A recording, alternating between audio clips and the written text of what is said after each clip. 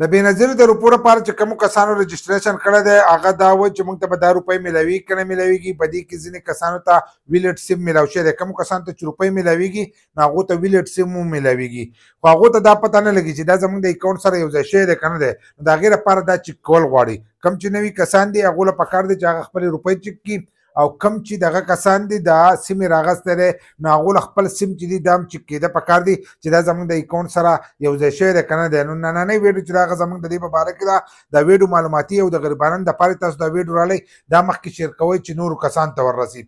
نو ځینې نوي کسان دي هغو رجسټریشن کړی دی 8 میاشتې شوي دي، د کاله پورې شوي دي، خو هغو ته دا پته نه لګي هغه وایي چې موږ ته به دا روپۍ میلاویږي که نه میلاویږي. نو د هغې لپاره به تاسو خپل اهلیت چې دی دا به چک کوئ. چې تاسو خپل اهلیت چک کوئ، که تاسو د دې پروګرام دپاره اهل یې نو تاسو ته به روپۍ میلاویږي، که اهل نه نو بیا دا روپۍ تاسو ته نشي میلاویدلی.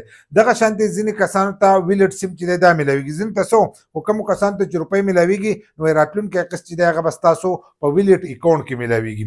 ویلټ اکاونټ داسې دی لکه دا به ستاسو یو بټوی، دا کم سیم چې تاسو له درکوي دا ستاسو بټوه ده. نو ستاسو روپۍ چې دي دا په دغه کې پرتې د هغې نه تاسو هر ټایم خپلې روپۍ چې دی دا رایستی هم شئ او خپلې روپۍ چې دی هغه نورو ځایونو ته تاسو لیږلی هم شئ. نو دا سیم د ټولو لپاره لازم دی، خو ځینې کسانو سیم راغستی دی د خپل اکاونټ سره نه دی یو ځای کړی، راغستی دی او هلته دا پته دې ته نه لګي زموږ د اکاونټ سره یو ځای شوی دی که نه دی. نو زه دلته په دې ویډیو کې کومه طریقه ښیم په دغه طریقه باندې چې دی تاسو خپل اهلیت چې دی دا هم چک کولی شئ او خپل سیم چې دی دا هم چک کولی شئ. که هلته کې تاسو ته لیکلي چې ستاسو سیم چې دی دا جاري شوی دی، جاري شوی لیکلی نو پوه شئ چې زموږ سیم چې دی دا زموږ د اکاونټ سره یو ځای شوی دی. خو که هلته کې تاسو ته وایي چې تاسو د دې سیم دپاره اهل یې نو سیم خو خالي تاسو راغستی دی، خو هلته خپل کاونټر ته نه یې تللی نو د هغې د وجې نه هغې ستاسو د اکاونټ سره چې دی دا سیم نه دی یو ځای کړی. نو د هغې لپاره به تاسو خپل اهلیت چې دی دا به چک کوئ. د اهلیت دپاره خو تاسو ته پته ده چې په ګوګل کې موږ سرچ کوو، خو ځینې ویب سایټ چې دی هغه پی کي، نو پی کي د هغې د وجې نه چې دی پته نه لګي څنګه چې 8171 باندې چا چک کړی هغه ویب سایټ دی،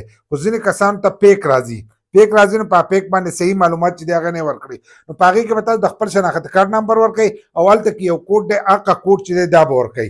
هغه کوډ چې کوم تاسو ته په سکرین ښکارېږي هغه کوډ به ورکوئ. چې هغه کوډ تاسو ورکړو نو تاسو ته چې دی هلته کې به راشي معلومات به راشي، د هغې نه به سکرین شاټ وکاږئ، هغه تاسو موږ ته د دې ویډیو په ډسکرپشن کې هم دغه کې هم رالیږلی شئ په کمنټس کې، چې په کمنټس کې راولېږئ نو په هغې باندې به له موږ جدا ویډیو هم جوړ کړو. ډېر کسان چې په اردو کې لیکلي ښه څپه څپه چې دی تاسو پوه شئ، که په سري لیکلو کې درته لیکلي چې ستاسو سیم جاري شوی دی، چې جاري شوی درته لیکلی نو لکه ستاسو سیم چې دی هغه د اکاونټ سره یو ځای شوی دی. خو که تاسو ته وایي چې تاسو د دې دپاره اهل یې او لاړ شئ سیم راواله او تاسو سیم راغستی نو دا بیا ستاسو د اکاونټ سره نه دی یو ځای شوی، دا به تاسو دوباره چې دی دا به یو ځای کوئ. او کوم چې نوي کسان دی او رجسټریشن یې کړی نو هغه هلته کې خپل اهلیت چې دی دا چک کولی شي. په اهلیت باندې زموږ ویډیوګان هم شته، خو که دوباره تاسو راسینډ کړو نو په هغې به تاسو له موږ ویډیو چې دی هغه به هم جوړه کړو.